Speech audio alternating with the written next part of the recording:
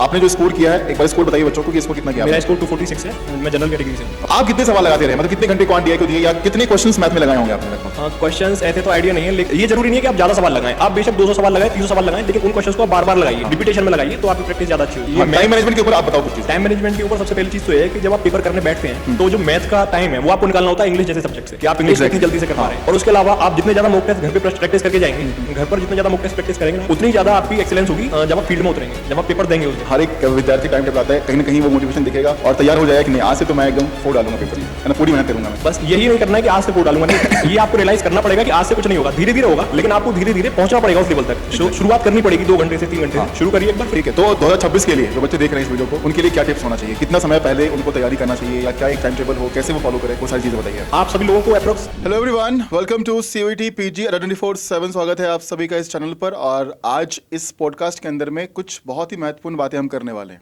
Basically हमारे साथ एक विद्यार्थी जुड़े हुए हैं, एक स्टूडेंट जुड़े हुए हैं जो कि CUET PG एग्ज़ाम के अंदर में एक अच्छा स्कोर हासिल किए हैं। तो उनसे हम बात करेंगे और जानेंगे कि उनका ये सफ़र कैसा रहा है, कैसे उन्होंने ये स्कोर हासिल किया, कैसे उन्होंने तैयारी करी है, कहाँ से बिलोंग करते हैं, वो सारी चीज़ें अपने बारे में बताएंगे। तो hello Amit, welcome to the channel. और मैं जानना चाहूँगा आपके बारे में, आप अपने बारे में कुछ परिचय दीजिए बच्चों को। Hello sir, hello everyone. Sir, my name is Amit Sharma, I am from Aligarh, Uttar Pradesh. मैंने अपनी 10th और 12th हम विद्या निकेतन स्कूल अलीगढ़ से ही की हुई हैं। दोनों में अप्रॉक्स मेरी 97% है। CBSE बोर्ड या CBSE बोर्ड? ओके, CBSE, ठीक है। उसके बाद में मैंने अपनी graduation Motilal Nehru college university of Delhi से करी है। अब मैं ग्रेजुएशन के फाइनल ईयर में हूँ। और इसके साथ साथ मैंने अपना CUET PG वाला जो एग्ज़ाम है इसमें ऑल इंडिया रैंक 90 अभी अचीव की हुई है। Okay, great great. तो बेसिकली हम आपसे जानना चाहेंगे कि आपकी जर्नी ग्रेजुएशन से कैसे रही है, मतलब 12th पास करने के बाद जी सर। आपने सोचा DU जाना। जी सर। सबसे पहले तो आप ये बताइए कि DU कैसे पहुंचे आप? DU के लिए हमारे समय पर CUET UG नाम से एक एग्ज़ाम हुआ था। तो वो देना पड़ता था, तो वो मैंने क्रैक किया था। तो उसके बाद मुझे मोतीलाल नेहरू कॉलेज मिला था। ओके। और उसके बाद सर फिर 3 साल की जर्नी यहाँ पे काफ़ी अच्छी रही, माहौल भी काफ़ी अच्छा है DU में। और फर्स्ट ईयर तो जैसी हर बच्चे की जाती है, मेरी भी उतनी अच्छी नहीं रही थी, लेकिन सेकंड ईयर से मैंने अपनी प्रिपरेशन शुरू कर दी थी और गवर्नमेंट एग्जाम्स के लिए मैं प्रिपेयर कर रहा था सर। ओके, तो बेसिकली मैं जानना चाहूँगा कि बहुत सारे बच्चे हैं जो कि DU उनका एक ड्रीम कॉलेज होता है, तो DU में एक माहौल कैसा रहता है, मतलब कैंपस का माहौल, वहाँ पर पढ़ाई लिखाई, वो सब कैसा DU है? में सारी चीज़ें काफ़ी अच्छी हैं, एनवायरनमेंट काफ़ी अच्छा है, आपको सपोर्टिव सिस्टम मिलता है और जो टीचर्स होते हैं आपके, जो फैकल्टी है वो काफ़ी ज़्यादा सपोर्टिव होती हैं। लेकिन दोनों ही साइड्स हैं, अगर कोई बिगड़ने वाले बच्चे हैं, कोई अच्छे बच्चे नहीं हैं, तो उनके लिए बुरा भी है DU। बाकी तो बहुत अच्छा प्लेटफॉर्म है अगर DU में। और कुछ एक्स्ट्रा करिकुलर एक्टिविटीज़ वगैरह भी वहाँ पर कराए जाते हैं? हाँ, एक्स्ट्रा करिकुलर बहुत होता है। अगर आपको एक्स्ट्रा करिकुलर चाहिए तो DU से अच्छा मुझे नहीं लगता ग्रेजुएशन लेवल पर कुछ हो सकता है। क्योंकि बहुत सारे कुछ क्लब्स वगैरह होते हैं, कुछ ऐसे बने होते हैं जहाँ पर कुछ फंक्शंस, प्रोग्राम्स आप पार्टिसिपेट कर सकते हो, बहुत सारी चीज़ें, एनुअल इवेंट्स होते हैं काफ़ी सारे। ठीक है, तो बहुत बढ़िया यार, DU से आपने ग्रेजुएशन यहाँ पर अभी कंप्लीट करने वाले हो आप, है ना? जी सर। अब CUET PG की तैयारी जो है वो आपने कैसे की और आपने जो स्कोर किया है, एक बार स्कोर बताइए बच्चों को कि स्कोर कितना किया मेरा आपने? स्कोर 246 है, मैं जनरल कैटेगरी से हूँ। Okay, great. तो क्या सफ़र रहा है, कैसे आपने तैयारी करी, है ना, क्या बैकग्राउंड रहा है, and why CUET PG examination? Sir, सबसे पहले तो मैं SSC की तैयारी कर रहा था सेकेंड ईयर से। अच्छा। और उसके बाद में पहले मेरा MBA का इतना ज़्यादा कुछ रुझान नहीं था MBA की ओर, लेकिन जैसे जैसे मैं थर्ड ईयर में आया तो मैंने देखा कंपटीशन क्योंकि इतना बढ़ चुका है, तो मुझे एक ज़रूरत महसूस हुई कि कोई ना कोई एक बैकअप ऑप्शन ऐसा हो कि मेरे पास कोई प्रोफेशनल डिग्री ऐसी हो जिससे कि मैं कॉर्पोरेट सेक्टर में फ्यूचर में जॉब ले सकूं अगर मैं किसी गवर्नमेंट सर्विस में नहीं जा पाऊँ तो। ओके। तो इसलिए सर मैंने MBA करने की सोची और फिर मैंने CUET PG एग्ज़ाम दिया।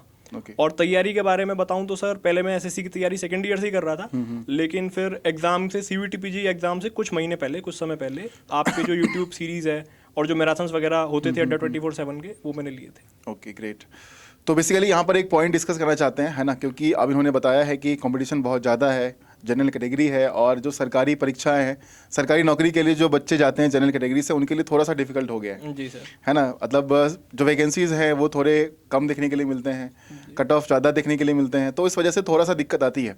तो एक बैकअप ऑप्शन का इन्होंने बोला कि बैकअप ऑप्शन के लिए इन्होंने CUET PG एग्ज़ाम दिया है, MBA के लिए एक प्रोफेशनल कोर्स होगा, तो एटलीस्ट आगे चलकर ये कहीं ना कहीं किसी कॉर्पोरेट ऑफिस के अंदर में जॉब कर सकते हैं। तो ये एक बहुत अच्छा ऑप्शन है जितने बच्चे देख रहे हैं, और क्योंकि ग्रेजुएशन पास होते हैं बहुत सारे बच्चे जो CUET PG एग्ज़ाम ऑब्वियसली वो होंगे, तो यहाँ पर ये ऑप्शन इसीलिए अच्छा होगा क्योंकि देखो क्या होता है कि इस वक्त इंडिया में अगर हम बात करते हैं ना, तो इंडिया के अंदर में या फिर बिहार, UP जैसे स्टेट जो हैं, ठीक है, आप UP से बिलोंग करते हैं, अलीगढ़ से ही हैं आप, तो सरकारी नौकरी का एक अलग रुतबा है जी सर। है ना। तो आपने एक सवाल अब मैं और पूछना चाहूंगा आपसे कि जी। एसएससी करने के पीछे भी कुछ सोच आपकी रही होगी।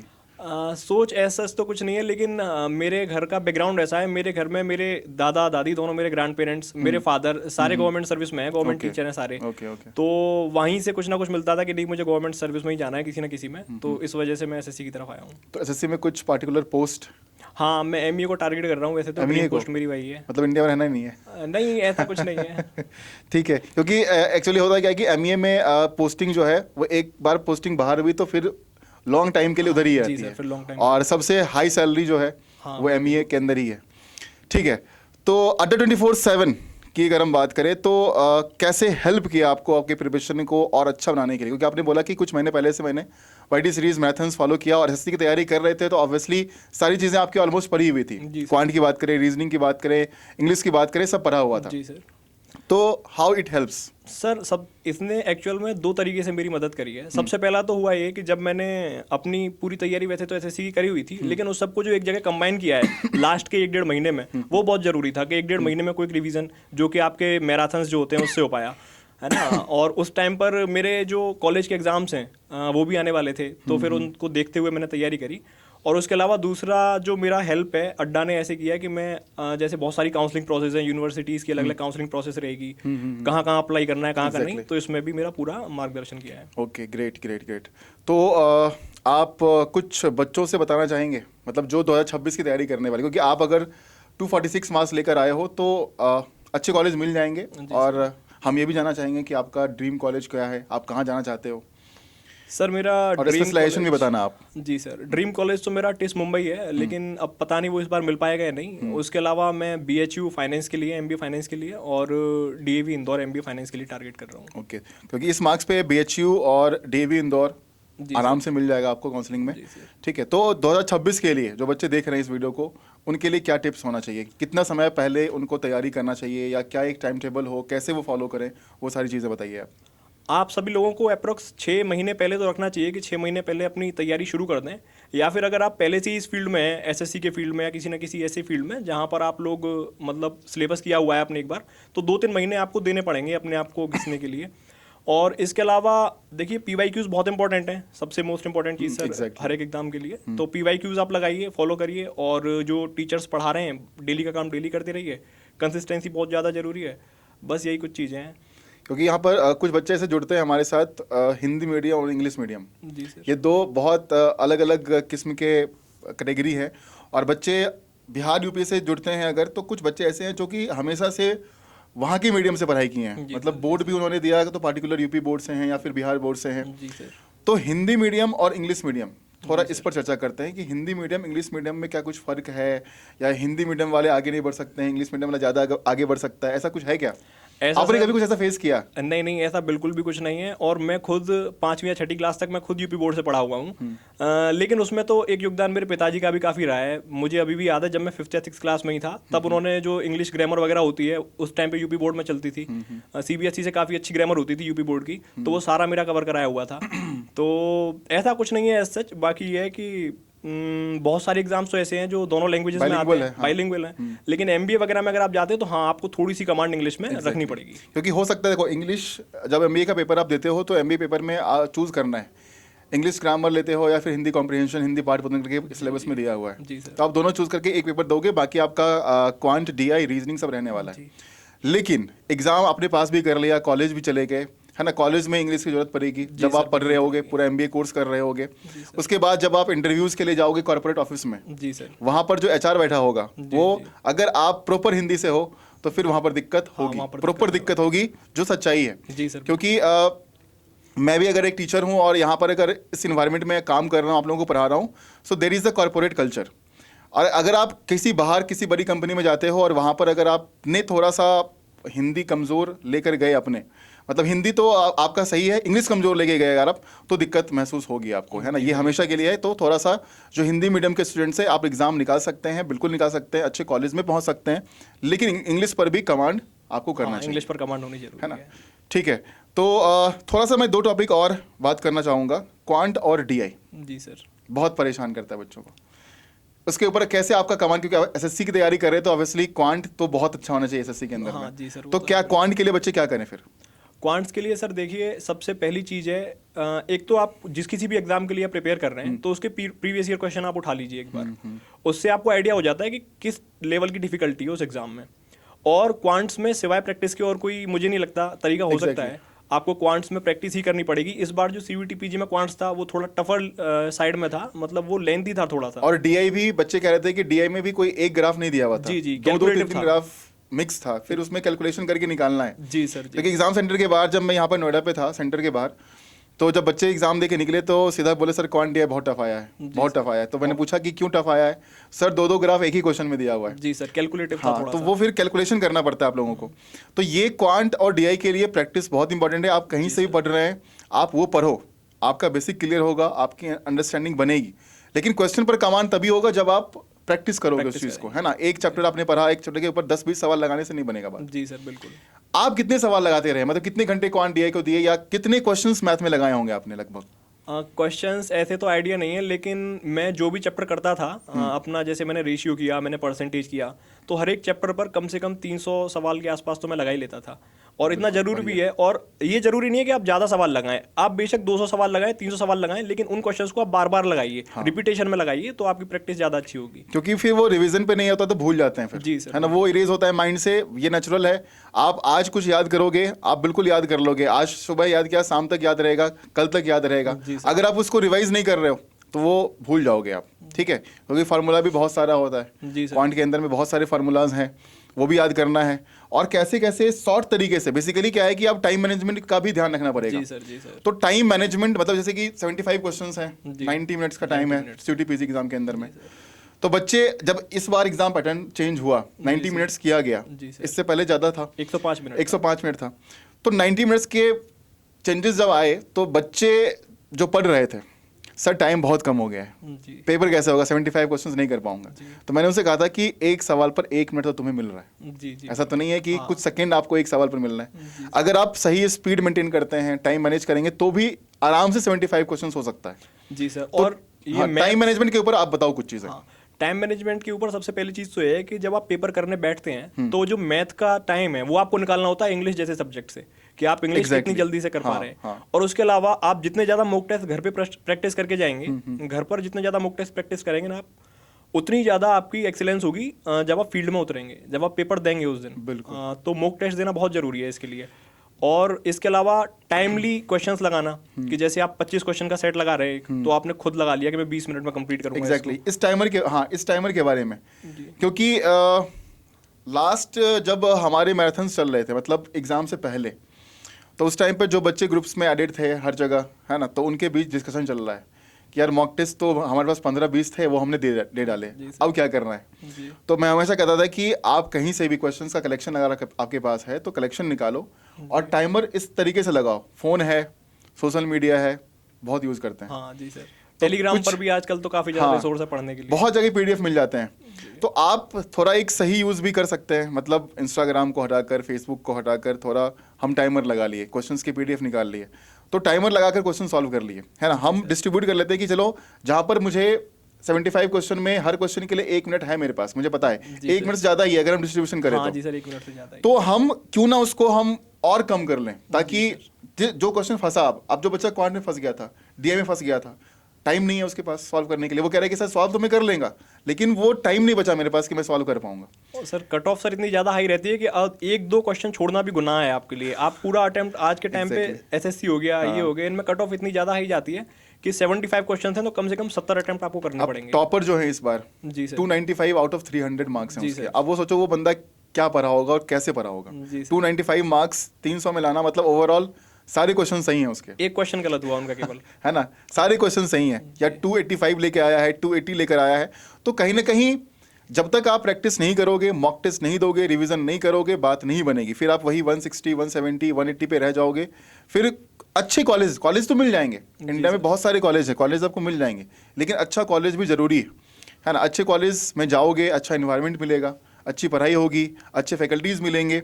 उसके बाद आगे चलकर एक अच्छा कॉलेज का नाम होता है, तो जब आप इंटरव्यू ले जाते हो, क्योंकि आप प्रोफेशनल कोर्स चूज कर रहे हो MBA, तो आगे आप इंटरव्यू दोगे, फिर वो जो सर्टिफिकेट आपके पास होगा उसमें BHU लिखा है, उसमें DAV इंदौर लिखा है, उसमें TIS मुंबई लिखा हुआ है, तो वो एक अलग रिमार्क देता है जी सर। आपके बारे में, ठीक है। तो इसीलिए अच्छा स्कोर लाना जरूरी है। आप अपने आप को ये टारगेट सेट मत करो कि बस 200 नंबर मेरा आ जाए, एडमिशन तो मेरा हो जाएगा। जी ये क्या है कि ये खाना पूर्ति वाली काम हो जाएगी। जी फिर सर तो। बिल्कुल। आप अगर 250 के आसपास नहीं जा रहे हो, उसको क्रॉस नहीं कर रहे हो, तो जो टॉप कॉलेज है इंडिया के वो मिलना थोड़ा मुश्किल होगा आपके लिए, ठीक है। तो ओवरऑल अमित ने सब कुछ बता दिया है कि कैसे करना है और इन्होंने कैसे किया ऑब्वियसली, और जो टॉपर हैं, टॉपर ने भी यही काम किया है। हाँ, ऑब्वियसली टॉपर के थोड़े से बैकग्राउंड अलग हैं। अगर मैं बात करूं, अक्षत श्रीवास्तव जो हमारे बैच के हैं, और एक आयुष हैं, ये भी हमारे बैच के हैं, रैंक 3 एंड रैंक 6। जी इनका बैकग्राउंड रहा है एक, मतलब अक्षत जो है वो IIT बॉम्बे से पढ़े हुए हैं, हाँ ठीक मैंने है। देखा है उनके बारे में। और इन्होंने मैनेजमेंट के एग्जाम्स दिए, कैट वगैरह ये लोग एग्जाम दे रहे थे, तो कहीं ना कहीं ये तैयारी कर रहे थे। आप ये मत समझो कि वो लक था, लक भी एक फैक्टर है जो कहीं ना कहीं काम करता है। ऐसा नहीं है कि लक फैक्टर नहीं होता है। बहुत सारे ऐसे बच्चे होते हैं जो बहुत तैयारी करते हैं लेकिन फिर भी सक्सीड नहीं होते हैं। हाँ, जी लक सर, फैक्टर उसमें भी है, लेकिन उससे ज़्यादा मेहनत है, जी सर बिल्कुल। है ना। उससे मतलब कितने घंटे, मैं अगर आपसे पूछूं कि एक नॉर्मल आवर्स कितने होने चाहिए स्टडी के लिए, कुछ फिक्स है ऐसा, या फिर अपने हिसाब से सब एडजस्ट करता है? सर ऐसा मेरा तो कोई फिक्स नहीं था, क्योंकि कई कई दिन ऐसे आते थे कि पूरे दिन पढ़ने का मूड नहीं हो रहा, मतलब डिमोटिवेशन से भरा हुआ है पूरा दिन। तो कई कई दिन ऐसे आते थे, लेकिन कई कई दिन का इन द सेंस मतलब कि महीने में 1 दिन 2 दिन केवल। हाँ एग्जैक्ट। बाकी मैक्स टू मैक्स आपको कोशिश करनी चाहिए कि 6 से 7 घंटे आप क्वालिटी टाइम निकाल पा रहे हैं पढ़ाई के हाँ, लिए। क्योंकि अब बच्चे कहते हैं 10 घंटे में पढ़ रहा था, लेकिन फिर भी स्कोर नहीं बने, तो फिर बीच में ये भी तो है, हाँ बीच में फ़ोन भी बीच में फ़ोन भी है आपको ना, क्वालिटी टाइम निकालना पड़ेगा। मार्केट जाना है, घर के काम है, तो वो सब को हटाकर हम 6-7 घंटे की बात कर रहे हैं। जी सर बिल्कुल। ऐसा नहीं कि हम 10 घंटे बैठे हुए हैं, 8 घंटे बैठे हुए हैं, और बीच में हम मल्टीपल ब्रेक्स मार रहे हैं। मल्टीपल ब्रेक्स मतलब कि आप फ़ोन भी चला रहे हो, फ़ोन पे बात कर रहे हो, सोशल मीडिया पे इन्वॉल्व हो, घर के काम है, बहुत सारे काम कर रहे हैं आप। ये सब नहीं करना होता है। आप इन सब को छोड़कर 6-7-8 घंटे निकालिए, रिवीजन करिए, पढ़िए, तब जाकर एक अच्छा स्कोर आप हासिल कर पाएंगे। तो लास्टली अमित, मैं चाहूँगा कि एक लास्ट नोट आप ही छोड़ जाएं इस वीडियो में, आने वाले बच्चों के लिए जो तैयारी कर रहे हैं फिर से, है ना, और कुछ ऐसी चीज़ें जो आपको हमेशा मोटिवेट किया है। आपने बोला डिमोटिवेशन आती है, जी सर। हर एक इंसान की ज़िंदगी में है, वो कितने भी बड़े पोजीशन पर है, कितना भी अच्छा स्टूडेंट है ना, बहुत पैसा कमा रहा है, अलग पोजीशन मेंटेन किया हुआ है, लेकिन 365 डेज कोई भी हैप्पी नहीं होता। जी सर। डिमोटिवेशन उसके भी लाइफ में आता है। तो आपका मोटिवेटिंग फैक्टर क्या था, और आप बच्चों को क्या बताएंगे फॉर मोटिवेशन, या फिर वो एनर्जी, वो पेस मेंटेन करके चलें वो स्टडी में? सर सबसे पहले आप मेरा जैसे मोटिवेटिंग फैक्टर जानना चाह रहे हैं, तो मैं अगर जैसे कभी भी मुझे डिमोटिवेट होता था, तो मेरे मोटिवेशन के सोर्स तो मेरे घर वाले ही हैं। मतलब जैसे मेरे घर में ग्रैंड पेरेंट्स हैं मेरे, तो मेरे जो दादा दादी हैं वो मतलब मुझे मेरे माता पिता से भी ज़्यादा मोटिवेट करते हैं। वो मतलब उनसे भी एक स्टेप आगे मेरे लिए। अच्छा। क्योंकि वो भी टीचर रहे हैं दोनों लोग, मेरे दादा दादी, तो वो मुझे पढ़ने के लिए मोटिवेट करते हैं, जल्दी से सक्सेस लेने के लिए मोटिवेट करते हैं।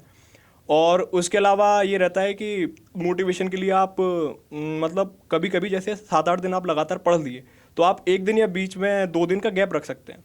जैसे कि आप खुद को रिवॉर्ड कर सकते हैं इस तरीके से कि आप जैसे 7-8 दिन लगातार पढ़ लिए, तो आज हम घूमने चले जाएंगे इधर, आज ट्रिप पे चले जाएंगे, स्विमिंग पूल चले जाएंगे ये। और उसके अलावा जो मेन बात है, जो आने वाले बच्चे हैं उनके लिए सर मेरी सलाह सबसे इंपॉर्टेंट ये है कि कंसिस्टेंसी मैटर करती है। आप बेशक 3 घंटे से शुरू करिए, आप जरूरी नहीं है आप आज से ही आप टाइम टेबल बना के बैठ गए कि नहीं मुझे 10 घंटे पढ़ना है, नहीं।